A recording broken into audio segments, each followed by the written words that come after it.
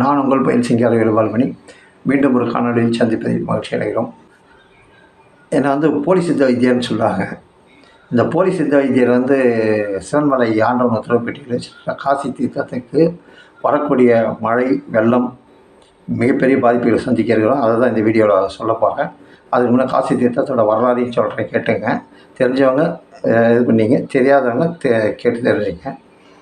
அந்த போலி சித்த மருத்துவர் நான் தான், அப்படி தான் சொல்லுவாங்க ஒரு சிலர். என்ன அது மாதிரி அந்த போலி சித்த மருத்துவர் நான் சொல்லக்கூடிய ஒரு விஷயத்தை வந்து கொஞ்சம் கடைப்பிடிச்சிங்க.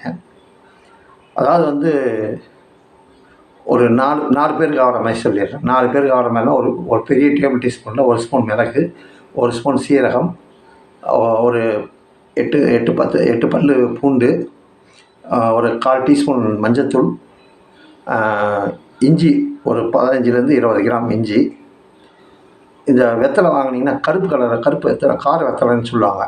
கார வெத்தலைன்றதை வாங்கி அந்த மேல் காம்பின்னு சொல்லிவிட்டு நடு சென்டரில் வர நரம்பையும் எடுத்துகிட்டு 2ஆக கிழிச்சு அதை வந்து கொஞ்சம் நல்லா இது பண்ணி அந்த வீட்டில் மிளகு சீரகம் நுணுக்கிறதுக்கு வச்சுருப்போம் இல்லையா, அதில் போட்டு நல்லா இடிச்சிடுங்க. இடிச்சிட்டு அப்படியே வச்சுருங்க. அதை இடிச்சிட்டு வச்சுட்டு தண்ணி வந்து பார்த்திங்கன்னா 4 பேர்த்துக்குன்னா கிட்டத்தட்ட வந்து ஒரு 300 ml 350 ml தண்ணி வைங்க. நல்லா கொதிக்கட்டும். கொதித்த உடனே இந்த இடித்து வச்சது எல்லாத்தையும் அதில் போடுங்க. போட்டு அதுவும் நல்லா கொதிக்கட்டும். நல்லா கொதித்து அந்த 350 ml வந்து 200 ml சுண்டுற வரைக்கும் விடுங்க. சுண்டின பின்னாடி எடுத்து வடிகட்டுங்க. வடிகட்டி குழந்தையாக இருந்தாலும் சரி, பெரியவங்களாக இருந்தாலும் சரி, ரொம்ப வேண்டாம், ஒரு 50 ml மட்டும் வாரத்தில் ஒரு 2 நாள் 3 நாள் குடிங்க. இப்போ வரக்கூடிய ஒரு மிகப்பெரிய ஒரு கொடிய ஒரு நோய் வந்து குழந்தைகளை தாக்கக்கூடிய வாய்ப்புகள் இருக்குது. இது வந்து நான் சொன்னது மருந்து கிடையாது. அப்புறம் போலி சித்த வைத்தியர்னு சொல்லாதீங்க. அப்படி இந்த போலி சித்த வைத்தியர் சொன்னதுன்னா அப்போ வந்து மிளகு, சீரகம், இஞ்சி, பூண்டு எல்லாத்தையும் வந்து தடை செய்திருங்க. நான் சொன்னது இது தான். இது வந்து பார்த்திங்கன்னா உணவு வகையில் இருந்து எடுக்கக்கூடிய ஒரு சித்த மருத்துவம்.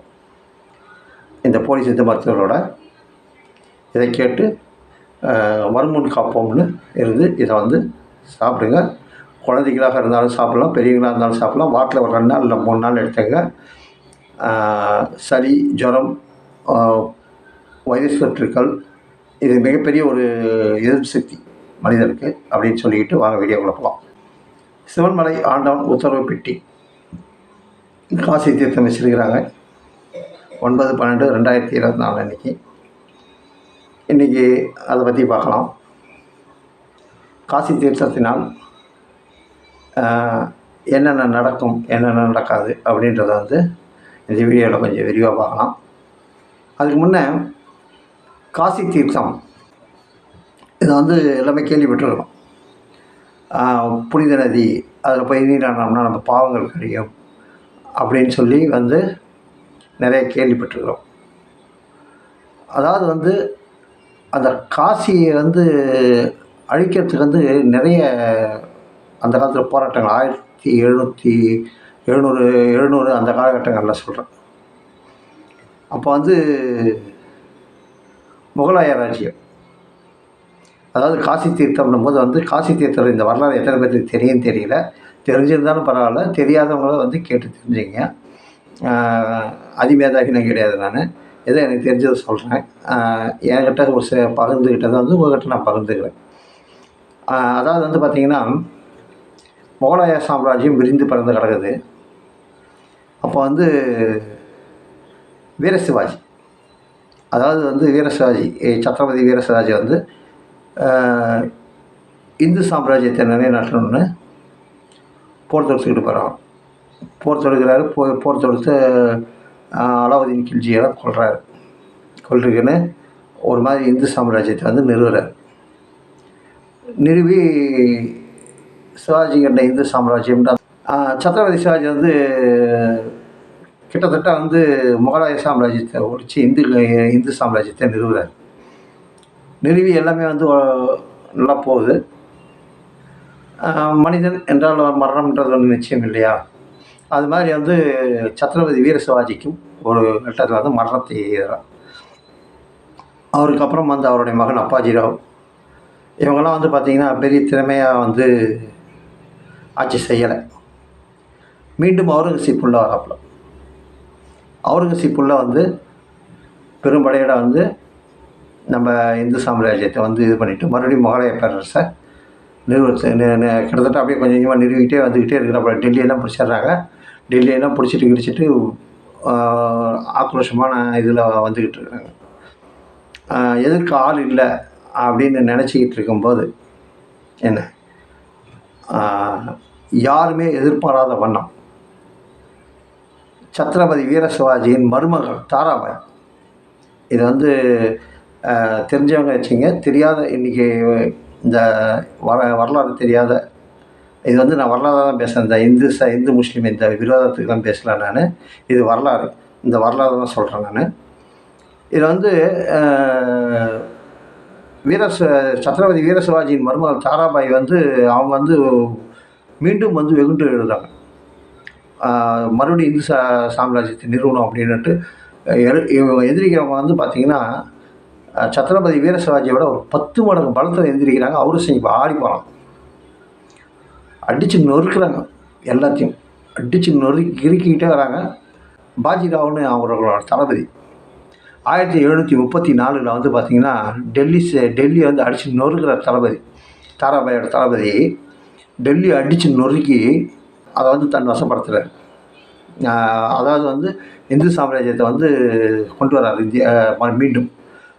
இதுக்கு வந்து பார்த்திங்கன்னா தாராபாய் வந்து என்ன பண்ணுறாங்கன்னா, நம்மளுடைய ஆலயங்கள், பழங்கால ஆலயங்கள் இதெல்லாம் வந்து பாதுகாக்கிறதுல தான் வந்து இதாக இருக்கிறாங்க. அதாவது அவுரங்கசீப்பை வந்து அடக்கி வச்சிட்றாங்க. அடக்கி வச்ச பின்னாடி வந்து பார்த்திங்கன்னா இவங்க வந்து டெல்லியை வந்து பாஜிராவ் வந்து 1734 கடும் இது பண்ணி பிடிச்சிட்றாரு. பிடிச்சி டெல்லி செங்கோட்டையை அடித்து நொறுக்கி தாராபாய் வசம் வந்துடுது. ஆனால் தாராபாய் வந்து இதுக்கு போகல, டெல்லிக்கு போகலாம். டெல்லிக்கு போகாத அவங்க என்ன பண்ணுறாங்கன்னா, இப்போ தான் இந்த சிவன்மலை காசி தீர்த்தத்துக்கும் இந்த இடத்துக்கும் தான் கரெக்டாகும். நம்மளுடைய பழங்கால கோயில்களை அவங்க வந்து பாதுகாக்கணும்னு முடிவு பண்ணிவிட்டு என்ன பண்ணுறாங்கன்னா காசிலே தங்கிடுறாங்க. காசி விஸ்வநாதர் கோயிலை வந்து பாதுகாக்கணுன்றதுக்காக வேண்டி காசி விஸ்வநாதர் ஆலயத்தை பாதுகாக்கிறதுக்காக அங்கேயே தங்கி அந்த கோயிலை புதுப்பிக்கிறாங்க. அந்த கோயில் பக்கத்தில் யாரும் வரக்கூடாது, மற்றவங்க யாரும் வரக்கூடாதுன்றதுல வந்து ரொம்ப குறியாக இருந்து இன்று நாம் வழிபடக்கூடிய காசி விஸ்வநாதர் ஆலயம் தாராபாய் என்கிற ஒரு வீர பெண்மணி இல்லைன்னா காசி விஸ்வநாதர் கோயில் சூறையாடப்பட்டிருக்கலாம் அல்லது அழிக்கப்பட்டிருக்கலாம். இதுதாங்க வரலாறு. நான் சொல்கிறது வந்து வரலாறு, வேறு எதுவும் தவறான இதுக்குள்ள போயிடாதீங்க. அந்த அம்மா வந்து அதை வந்து பாதுகாக்கிறாங்க. காரணம் வந்து அளவு கடந்த சிவபக்தி, கடவுள் பக்தி. ஏன் அவங்க காசியை வந்து அவ்வளோ தூரம் பாதுகாக்கிறாங்க அப்படின்னும்போது வந்து பார்த்திங்கன்னா, காசியில் ஓடக்கூடிய அந்த புண்ணிய நதி தான், புண்ணிய நதியும் காசி விஸ்வநாதர் ஆலயமும் எந்த காலத்தையும் அழியக்கூடாதுன்னு நினச்சிக்கிட்டு அதை பாதுகாப்பாக இருந்து அந்த ஊர்லேயே இருக்கிறாங்க. அந்த ஊர்லேயே இருந்துக்கிட்டு இருக்கிறாங்க. அதனால தான் இன்றைக்கி நம்ம காசின்ற ஒரு கோயிலுக்கு போகிறோம்.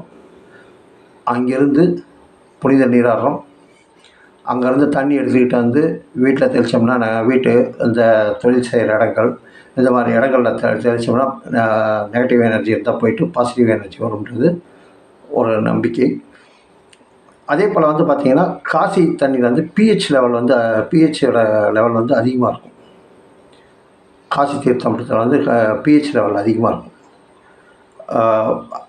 நல்ல விஷயங்களுக்கும் காசி தீர்த்தம்ன்றதுனாங்க. அதே போல் வந்து காசியை நினச்சிக்கிட்டு உயிர் பிரியும் தருவாய் அந்த ஜீவன் துடிச்சிக்கிட்டு இருக்கும் பார்த்திங்களா, அந்த மாதிரி ஜீவன் துடிச்சிக்கிட்டு இருக்கும்போது காசியை நினச்சிக்கிட்டு அது மோட்சம் அடையட்டும், காசியை மோட்சம் அடையட்டும்னு நினச்சிக்கிட்டு காசி தீர்த்தம்னு சொல்லி ரொம்ப வயசானவங்க முடியாத படுத்தப்படுகிறது அப்பயார் எடுத்துக்கிட்டு இருக்கும்போது இந்த காசி தீர்த்தம்னு கொஞ்சம் கொடுக்குறதும் நமது இதில் வந்து பழக்கமாக உண்டு. இதுதான் காசி தீர்த்தத்தோட வரலாறு. இது வந்து இன்றைக்கி சிவன்மலையில் நாம் வைத்திருக்கக்கூடிய காசி தீர்த்தத்தோட வரலாறை வந்து உங்களுக்கு சொல்லிட்டேன். காசி எப்படி அழியாமல் காக்கப்பட்டுக்கிட்டு இருக்குது அப்படின்ட்டு. காசி தீர்த்தம் சிவன்மலை ஆண்டவன் உத்தரவு எனும் எச்சரிக்கை பெட்டியில் வைத்திருக்கும் காசி தீர்த்தத்துக்கு என்னன்றதை வந்து பார்க்கலாம். காசி தீர்த்தம் இன்றைக்கி காலையிலேருந்து சென்னையில் மழை பெஞ்சிக்கிட்டு இருக்குது. அதாவது நான் வந்து போன வீடியோவுக்கு அது மொதல் வீடியோவிலேயே சொல்லியிருந்தேன். 11, 12 இல்லை 12, 13 வந்து மழை, மிக கனமழை இருக்கும். திருவண்ணாமலையில் தீபம் ஏற்றும்போது கொஞ்சம் சிரமப்படலாம். தீபம் ஏற்ற முடியாத சூழ்நிலை கூட வரலாம் அப்படின்னு சொல்லியிருந்தேன். இந்து அறநிலையத்துறை அமைச்சர் சேகர்பாபு அவர்கள் வந்து எப்படியும் வந்து விளக்கு ஏற்றுவோம் அப்படின்ட்டுருக்கிறாரு. அப்படியா இருந்ததுன்னா 2000 பேர் 2500 பேர்லாம் அனுமதிக்க மாட்டாங்க. அந்த கொப்பரையை சுமந்து செல்லக்கூடிய சில நபர்கள் மட்டுமே கவனமாக ஏறி சென்று தீபத்தை ஏற்றக்கூடிய வாய்ப்புகள் இருக்குதுன்னு நினைக்கிறேன். மீண்டும் சொல்கிறேன், அண்ணாமலையார் கையில் தான் இருக்குது அந்த தீபத்தை ஏற்றுறதும் ஏற்றாலும். நீரை வச்சிருக்கிறாங்க. இன்றைக்கி திருவண்ணாமலையில் வந்து யாரும் எதிர்பாராத வண்ணம் அங்கங்கே நீரூற்றுகள் தோண்டி நீரூற்றுகள் வந்துக்கிட்டே இருக்குது. இதை வந்து ஒரு கிட்டத்தட்ட வந்து அதிசயமாக பார்க்குறாங்க. 2வது வந்து இன்னமும் வந்து பாறைகள் வந்து சரியக்கூடிய நிலையில் தான் வந்து திருவண்ணாமலையில் இருக்குது. இந்த மகாதீபம் வந்து இந்த வருஷம் வந்து பயங்கர கிரிட்டிக்கலாக இருக்குது. ஏற்றுவாங்களா ஏற்ற மாட்டாங்க. மற்றவங்களுக்கு எப்படி இருக்குதோ என்னவோ தெரியாது. எனக்கு வந்து என்றாவது ஒரு நாள் தீபம் ஏற்ற முடியாமல் போகும்ன்றது வந்து பல நாளைக்கு முன்னாடி எனக்கு வந்து எங்கள் ஐயா மூலம் நான் உணர்ந்தது. அதனால் அது வந்து இந்த வருஷம் நடந்துருமா அப்படின்ற ஒரு சின்ன கேள்விக்குறி ஒரு பயம். இந்த வருஷம் வந்து பார்த்திங்கன்னா கண்டிப்பாக வந்து நிறைய கட்டுப்பாடுகள் விதிப்பாங்க மலை ஏறுறதுக்கு. கொப்பரை சுமந்து செல்லக்கூடிய சில நபர்கள் மட்டுமே போயிட்டு கொப்பரையை வச்சு சாமி கும்பிட்டு வரலாம். நீங்கள் பரணி தீபம் வந்து எல்லாருமே பார்க்கலாம். மகா தீபம் வந்து மலை மேலே போய் பார்க்கறதுக்கு எத்தனை பேர்த்துக்கு கொடுத்து வச்சுருக்குதுன்னு தெரியல. கீழேருந்து பார்க்கறதுக்கு கொடுத்து வச்சுருக்கலாம், வீட்டிலேருந்து டிவிலேருந்து பார்க்கறதுக்கு எல்லாத்துக்குமே கொடுத்து வச்சுருக்கலாம். ஆனால் நேரில் வருடம் போயிட்டு சந்திக்கிறவங்களோட, அதாவது அந்த தீபத்தை தரிசிக்கிறவங்கள நம்ம வந்து எப்படி அவங்களோட மனநிலை எப்படி இருக்குன்றதை கொஞ்சம் யோசனை பண்ணி பார்க்கணும். சரிங்க, இப்போ சிவன்மலையில் வச்ச காசி தீர்த்தம் இதனோட விளைவுகள் சொல்கிறேங்க. ஆரம்பத்துலேருந்து சொல்லும், கடவுளை பொறுத்த வரைக்கும் அந்த சிவன்மலை ஆண்டவர் காரணமின்றி காரியமில்லை. ஏன்னா அவர் காரணம் இல்லாமல் காரியம் பண்ண மாட்டார், காரியம் இல்லாமல் பொருள் வந்திருக்காது. தமிழகமும் நம்ம தென்னகம் தான் சொல்கிறேன் நான். தமிழ்நாடு, ஆந்திரா, கேரளா, கர்நாடகா இந்த 4 ஸ்டேட்டு தான் சொல்கிறேன் நான். இந்த 4 ஸ்டேட்டில் வந்து இதுவரை நாம் சந்தித்திராத ஒரு மிகப்பெரிய வெள்ளத்தை வந்து நம்ம பார்ப்போம். இதில் எத்தனை ஏழை மக்கள் பாதிக்கப்பட போகிறாங்கன்னு தெரியல. ஓட்டு போட்டிங்க. ஐயா பெருந்தலைவர் காமராஜர் ஐயா அவர்கள் காலத்தோட அணை கட்டுறதையே நிறுத்திட்டாங்கன்னு சொல்லியிருந்தேன். ஒரு சில முயற்சிகள் நடந்தது, ஆனால் அந்த முயற்சிகள்லாம் எதுவும் வந்து வேறு மாதிரி போயிடுச்சு. தேவையில்லாத இன்றைக்கி வந்து அரசியல் பண்ணுறேன்னு சொல்லிவிட்டு வந்து கூத்தடிக்கிறாங்க எல்லா கட்சிக்காரங்களும் சொல்கிறேன்.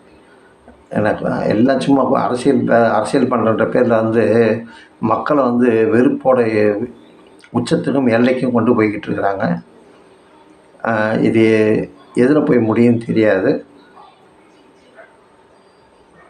ஒரு கால் மக்கள் வெகுண்டு எழுந்தால் அந்த வெகுண்டு எழும்போது அவங்களோட ஆக்ரோஷத்தை வந்து எந்த அரசியல் கட்சியும் எந்த அரசியல்வாதியாரையும் கட்டுப்படுத்த முடியுமான்றது வந்து ஒரு கேள்விக்குறி தான். காரணம் வந்து அப்படி ஒரு சூழ்நிலை புரட்சி வெடிக்கிறதுக்கும் வாய்ப்பு இருக்குது. காசி தீர்த்தம் நீர்னால் ஏதோ ஒரு பகுதி மிகப்பெரிய அளவில் இதுவரை சந்திச்ச அளவில் அது சென்னையாக கூட இருக்கலாம், இல்லை காவிரி டெல்டா மாவட்டம் தஞ்சாவூராக இருக்கலாம், இல்லை அந்த நாகர்கோவில், கடலூர், விழுப்புரம் மீண்டும் அந்த இடம் வந்து பாதிக்கப்படலாம். காரைக்கால், விழுப்புரம் இந்த சரௌண்டிங்கு, கடலூர் இந்த சரௌண்டிங்லாம் வந்து பாதித்ததுன்னா திருவண்ணாமலையிலும் அதனோட பாதிப்பு எதிரொலிக்கும். இது இப்படி இருக்குதுங்க இந்த விஷயங்கள், நெகட்டிவ் விஷயங்கள். நல்ல அதான் நெகட்டிவ் விஷயங்கள் தான். இப்போ வந்து பார்த்தீங்கன்னா, உத்தரப்பிரதேசத்துலயோ, மத்திய பிரதேசத்துலயோ வெறும் தண்ணிய வச்சு, கெமிக்கல வச்சே பால் தயார் பண்ணி கிட்டத்தட்ட 25 வருஷம் எடுத்துருக்கிறான் ஒருத்தன். அவன வந்து இன்னைக்கு தான் பிடிச்சிருக்கிறாங்க. நீர் சம்மந்தப்பட்டது தான். அந்த வெறும் தண்ணிய வச்சுக்கிட்டு, அதாவது 1 லிட்டர் கெமிக்கல வச்சுக்கிட்டு 500 லிட்டர் பால் தயாரிச்சிருக்கிறான். அவன் எப்படிப்பட்ட ஆளா இருந்திருப்பான் பார்த்துங்க. குழந்தைகள் குடிச்சிருக்கான், நோயாளிகள் குடிச்சிருப்பாங்க, வயசானவங்க குடிச்சிருப்பாங்க. மனசாட்சி இல்லாமல் இந்த மாதிரி நீரை வந்து வியாபாரம் பண்ணாங்க. நீரை வந்து வியாபாரம் பண்ணாங்க. என்னடா இவ்வளோ மழை பெய்யுது, இவ்வளோ இது வருது, எப்புட்றா நீரை வியாபாரம் பண்ணாங்க அப்படின்னு நீங்கள் என்னை கேள்வி கேட்கலாம். இந்த மழை வந்து இது மாதிரி இப்போ வந்து கிட்டத்தட்ட ஒரு 50 சென்டிமீட்டர் 60 சென்டிமீட்டர் மழை பெய்யுதுன்னு வச்சிங்களேன். ஒரு இதுக்கு சொல்கிறேன், நம்ம ஒரு 50 60 சென்டிமீட்டர் மழை என்ன பெய்யுதுன்னு வச்சிங்க. அப்போ நினச்சி பாருங்கள் எவ்வளோ பெரிய ஒரு 19 20 சென்டிமீட்டர் 30 சென்டிமீட்டருக்கு தாங்கலை.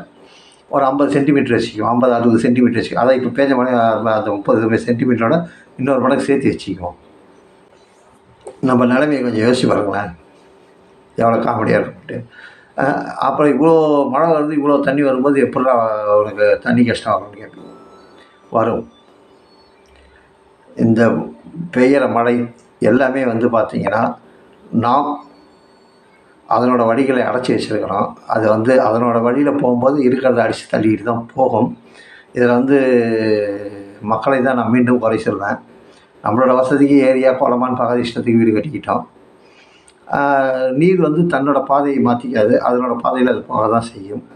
அப்போ குறுக்க எது இருந்தாலும் என்ன ஓரளவுக்கு வரும்போது நவுந்து போகும், அளவுக்கு மீறி வரும்போது நம்மளை அடிச்சுட்டு போகும். இதுதான் நீரோட தன்மை. மனிதனும் அது மாதிரி தான் வாழ பழகிக்கணும். ஒரு போகிறோம்னா ஒரு இடத்துல திறந்து நவுந்து போகணும், இல்லையா அந்த தடையை நொறுக்கிட்டு போய்கிட்டே இருக்கணும். பாவம் புண்ணியெல்லாம் பார்க்கவே கூடாது.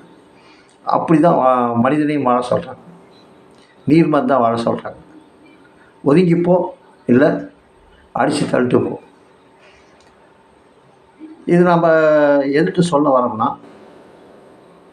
நீரினால் பயிர்கள் சேதமாகலாம். ஆனால் அடுத்த வருஷ கணக்குக்கு வந்து பார்த்திங்கன்னா ஓரளவுக்கு வந்து வேளாண் துறை வந்து ஓரளவுக்கு மேலே வரும். ஆனால் விலைவாசிகள் எல்லாமே மேலே போகிறதுக்கு தான் வாய்ப்பு இருக்குது. நம்ம அன்றாடம் பயன்படுத்தக்கூடிய அனைத்து உணவுப் பொருட்களும் விலை ஏற வாய்ப்பு உண்டு. தண்ணீர் பஞ்சம் கண்டிப்பாக இருக்கும். இப்போ இந்த காசி தீர்த்தம் இதை வச்சதோட விளைவு வந்து எவ்வளோக்கு எவ்வளோ வந்து வெள்ள பாதிப்புகள் ஏற்படுதோ அந்த அளவுக்கு வெயிலின் தாக்கம் பயங்கரமாக இருக்கும். அடுத்த வருஷம் மே மாதம், ஏப்ரல் மே ஜூன் ஜூலை வரைக்குமே பார்த்திங்கன்னா வெயிலின் தாக்கம் வந்து பார்த்திங்கன்னா கொடூரமாக இருக்கும். அதே போல் வந்து நீரினால் குழந்தைகள் பாதிக்கப்படுவாங்க.